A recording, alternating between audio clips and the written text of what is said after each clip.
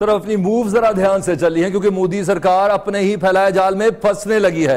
आलमी अदालत जाने का फैसला गले पड़ सकता है। भारत के कानूनदान, तजियाकार और सफारतकार अपनी ही हुकूमत पर बरसने लगे हैं। पाकिस्तान अब मसला कश्मीर को अदालत ले जा सकता है। दुश्मन के अंदर से कैसी आवाजें आ रही हैं, आइए इस रिपोर्ट में जान लें।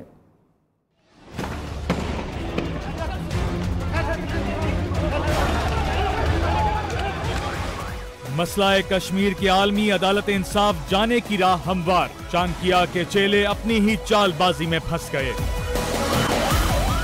भारतीय सुप्रीम कोर्ट के साबिक जज मर्कंडे काटजू का कहना है कि भारत ने एक फर्द के लिए पेंडोरा बॉक्स खोल दिया।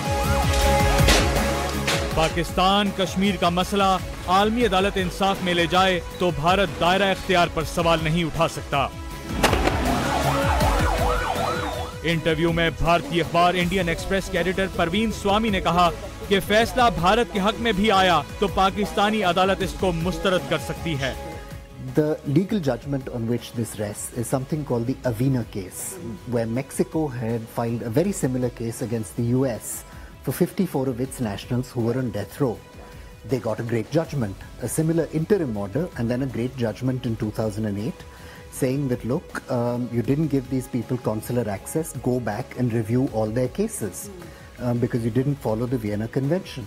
And then the US Supreme Court turned around and said, actually, we don't think your ICJ judgment is worth anything because our domestic law is superior. So Pakistan could do exactly that. Pakistan might do that. China faced an international binding tribunal award over the South China Sea. It said, shoo.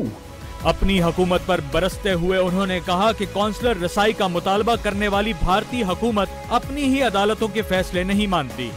We have kids in prison now who are tiny tots, 8 and 10, who aren't being sent home despite court orders. इससे पहले भारत के साबिक high commissioner TC राघवान ने भी मोदी सरकार को कड़ी तनकीद का निशाना बनाया था। उनका कहना था कि आलमी अदालत में जाने से भारत ने पुराना मौक़िफ़ तर्क कर दिया। पाकिस्तान अब तमाम दो तरफा मसाइल आलमी अदालत में उठा सकता है।